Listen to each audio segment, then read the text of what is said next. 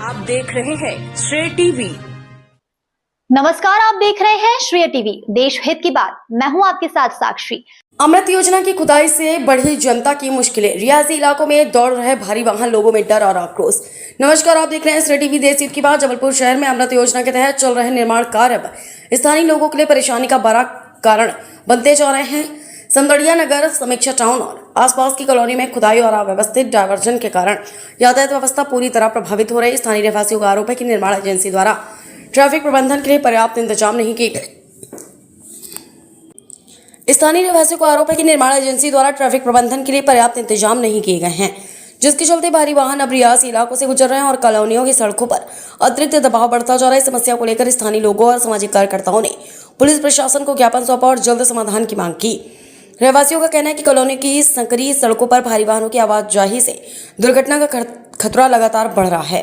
बच्चों, बुजुर्गों और स्कूल जाने वाले छात्रों को सबसे ज्यादा परेशानी का सामना करना पड़ रहा है। मामले में एएसपी यातायात अंजना तिवारी ने कहा कि निर्माण एजेंसी को ट्रैफिक व्यवस्था के लिए पर्याप्त मैन पावर, बैरिकेडिंग और संकेतक बोर्ड लगाने के निर्देश दिए जाएंगे। साथ ही अनुमति की शर्तों की समीक्षा कर संबंधित विभागों के साथ मिलकर वैकल्पिक मार्गों को बेहतर बनाने का प्रयास किया जाएगा, ताकि आम जनता का आवागमन सुरक्षित और सुगम बना रहे।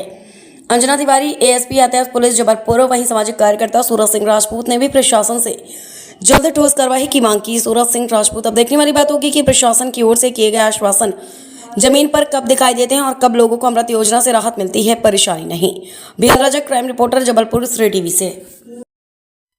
आज समदड़िया नगर, समीक्षा टाउन, ये आसपास की जो कॉलोनी क्षेत्र है जहाँ निर्माण कार्य चल रहा है और उसमें अमृत योजना के तहत कार्य जारी है, लेकिन वहाँ जो डायवर्शन है वो प्रॉपर नहीं होने की वजह से सघन रिहायशी इलाके में से वाहन निकलते हैं और वहाँ जो हेवी वाहन भी कुछ निकलते हैं तो उतनी लोड बेयरिंग कैपेसिटी भी उस मार्ग की नहीं है।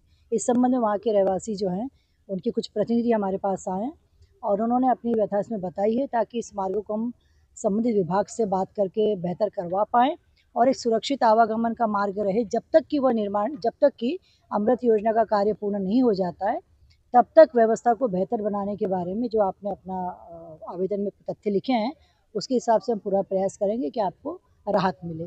कंपनी एम्प्लॉय से भी बात हुई थी मेरी, तो उन्होंने का कहना है कि हमने कई बार थाने में सूचना दी और एसपी ऑफिस में दी, स्टाफ नहीं लगाते वहाँ। देखिए, ऐसा है कि डायवर्शन ट्रैफिक पुलिस के माध्यम से ही हो, ये ज़रूरी नहीं है। निर्माण एजेंसी जब निर्माण का कार्य लेती है, उसको जब ठेका दिया जाता है, उसमें सर्टेन कंडीशंस होती हैं, उनको भी अपना मैन पावर डिप्लॉय करना चाहिए।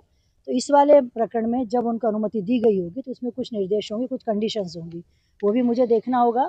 संबंधित विभाग को भी इसमें कोई निर्देशात्मक बोर्ड वगैरह लगाकर रोड को उस क्षमता का बनाकर ही डायवर्शन करने के बाद ही काम करने की अनुमति होती है। इन सबको देखने के बाद निश्चित तौर पर हम इनकी सुविधा के लिए, सुरक्षा के लिए प्रबंध करेंगे। ठीक है। आज एसपी कार्यालय आए थे क्या? जी, ये जो अमृत जल योजना चल रही है, जिसके चक्कर में कांचघर, समदड़िया कॉलोनी और व्यवहार बात की जो रोड डाइवर्सन है, वहाँ से ज़्यादा यातायात वो प्रभावित हो रहेगा। रोड में बड़े बड़े व्हीकल वाहन आ रहे हैं, जा रहे हैं, जिससे बच्चों को चोट आ रही है कि एक्सीडेंट हो रहे हैं वहाँ पे आए दिन लगातार। गड्ढे अड्डे में कुछ भी बैरिकेड नहीं है, जिससे राहगीर जो जा रहे हैं वो भिड़ जा रहे हैं और वहाँ पे पूरी कॉलोनी है, बच्चे सब खेलते हैं, जिससे बच्चों को के ऊपर गाड़ी चढ़ा दिए जा रहे हैं और इसके चलते हुए 2 हादसे भी हो चुके हैं, जिसमें 2 लोगों की मृत्यु हो चुकी है। उसकी भी वीडियो वायरल हुई थी। वहाँ के भी रहवासियों ने भी आके यहाँ पे कंप्लेन करे थे, परंतु इतना सब कुछ करने के बावजूद भी कुछ नहीं हो रहा है, इसलिए हम लोग आज यहाँ पर आए। कंपनी वाले कुछ नहीं किया? कुछ नहीं करते कंपनी वाले। वो जहाँ काम भी करते हैं वहाँ पे भी उन लोग अपना बैरिकेड कुछ नहीं लगाते हैं, ओपनली काम करते हैं। यातायात उनसे पूरा प्रभावित है। आप 5 मिनट वहाँ खड़े नहीं हो सकते, इतनी धूल धक्कड़ हैगी और वो कुछ नहीं करते। मैडम बोली हैं कि कार्रवाई होगी। मेरा नाम सूरज सिंह राजपूत। पता नहीं।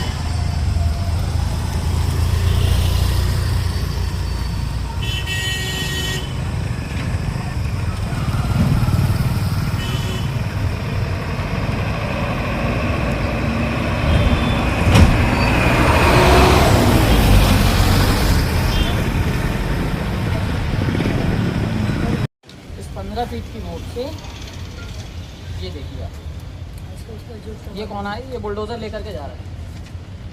यहाँ से लोगों की नालियाँ भी हैं, पाइपलाइन भी है, सब उतनी लोड भी नहीं, उसकी कैपेसिटी भी नहीं। वही कह रहा हूँ।